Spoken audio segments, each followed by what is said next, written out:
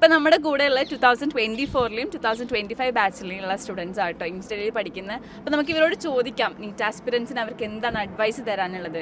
നന്ദന, എന്താണ് നീറ്റ് ആസ്പിറൻസിനോട് പറയാനുള്ളത്? അപ്പോൾ ഞാൻ റിപ്പീറ്റേഴ്സ് കോഴ്സിലൂടെ ജോയിൻ ചെയ്ത് ഇവിടെ എത്തിയ ഒരാളാണ്.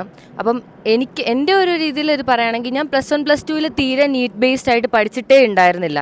അതായത് +2 ഒരു പകുതിയൊക്കെ ആയ സമയത്ത് തൊട്ട് നീറ്റിന് പോകണം അങ്ങനെ ഒരു ആഗ്രഹം വന്നു തുടങ്ങി.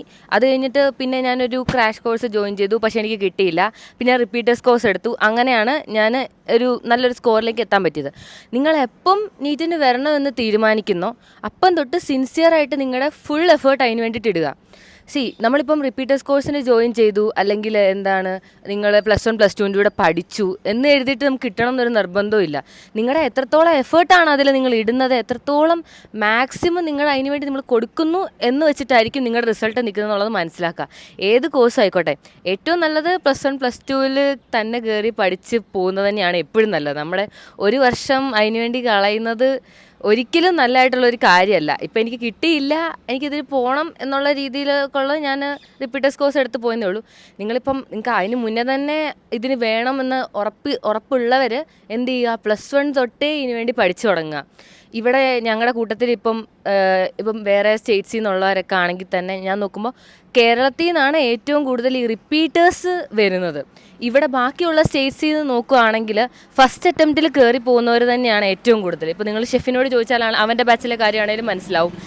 റിപ്പീറ്റേഴ്സ് വരുന്നത് വളരെ കുറവാണ്. നമ്മളാണ് ഇവിടെ 1 വർഷം 2 വർഷം ഒക്കെ പഠിച്ചിട്ട് വരുന്നവരുള്ളത്.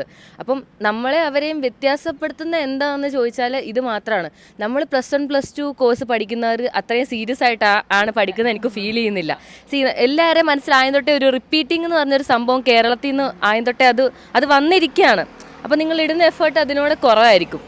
പക്ഷെ ഇവിടെ അങ്ങനെയല്ല. ഇവിടെ റിപ്പീറ്റിംഗ് എന്ന് പറയുന്നത് ബാക്കി സ്റ്റേറ്റ്സിൽ ഭയങ്കര മോശമായിട്ടുള്ളൊരു കാര്യമായിട്ടാണ് അവരൊക്കെ ഫീൽ ചെയ്യുന്നത്. അതുകൊണ്ട് ഫസ്റ്റ് അറ്റംപ്റ്റ് തന്നെ അവർ കഷ്ടപ്പെട്ടാണെങ്കിലും കയറി പറ്റും.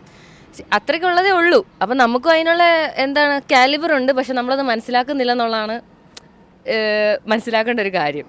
2025 ബാച്ചിലെ ആകെയുള്ള ഒരു മലയാളി സ്റ്റുഡൻ്റ് ആട്ടോ ഇത് ഷെഫിൻ. അപ്പോൾ എങ്ങനെയായിരുന്നു ഷെഫിൻ പ്രിപ്പയർ ചെയ്തിട്ടുണ്ട്? ഫസ്റ്റ് ചാൻസിൽ തന്നെ നീറ്റ് ക്രാക്ക് ചെയ്തിട്ടുണ്ടായിരുന്നത് അല്ലേ? അപ്പോൾ ഷെഫിൻ എങ്ങനെയാണ് പ്രിപ്പയർ ചെയ്തിട്ടുണ്ടായിരുന്നത്? എൻ്റെ ഒരു പ്രിപ്പറേഷൻ എന്ന് പറഞ്ഞാൽ അങ്ങനെ പ്രത്യേകിച്ച് സ്പെഷ്യാലിറ്റി ഒന്നുമില്ല, സാധാ ഒരു നോർമൽ സ്റ്റുഡൻറ്റ് പ്രിപ്പയർ ചെയ്യുന്ന മാതിരി.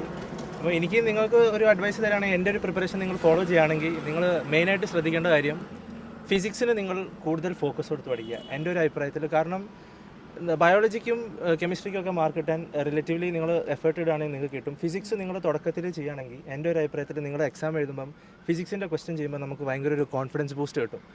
അറ്റ്ലീസ്റ്റ് എനിക്ക് അങ്ങനെ ഫീൽ ചെയ്തിട്ടുണ്ട്. അപ്പോൾ നിങ്ങൾ ഫിസിക്സിന് ഒരു എഫേർട്ട് ഇട്ട് അതിന് കുറച്ച് ടൈം സ്പെൻഡ് ചെയ്ത് നമ്മൾ കുറച്ച് വീഡിയോസൊക്കെ കണ്ട് നമ്മുടെ ഫോർമുലാസൊക്കെ അപ്ലൈ ചെയ്ത് ചെയ്യുമ്പോൾ ഭയങ്കര ഒരു കോൺഫിഡൻസ് ബൂസ്റ്റാണ്. ബയോളജിക്ക് നമ്മൾ സമയം കൊടുത്താൽ അല്ലെങ്കിൽ ഫിസിക്കൽ കെമിസ്ട്രി മാത്രം കുറച്ചൊന്ന് എഫേർട്ട് ഇട്ടാൽ മതി. മറ്റേത് ബൈ ഹാർട്ട് പഠിക്കുന്നത്, അപ്പം നമുക്ക് ഈസി ആയിട്ട് ക്രാക്ക് ചെയ്യാവുന്നേ ഉള്ളൂ. അപ്പോൾ ഫിസിക്സ് എൻ്റെ ഒരു അഭിപ്രായത്തിൽ നിങ്ങൾ ആദ്യം തന്നെ ഫിസിക്സിന് മാക്സിമം ഫോക്കസ് കൊടുത്ത് പഠിക്കുക.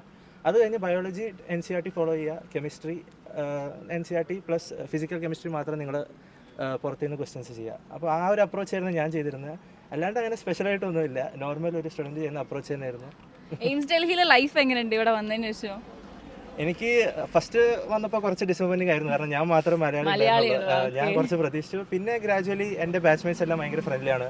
പിന്നെ ഒരുപാട് നല്ല സീനിയേഴ്സും ഉണ്ട്. അങ്ങനെ പൊക്കി പറഞ്ഞല്ലോ, ആക്ച്വലി ജെന്യുവൻലി നല്ല സീനിയേഴ്സ് തന്നെയാണ്.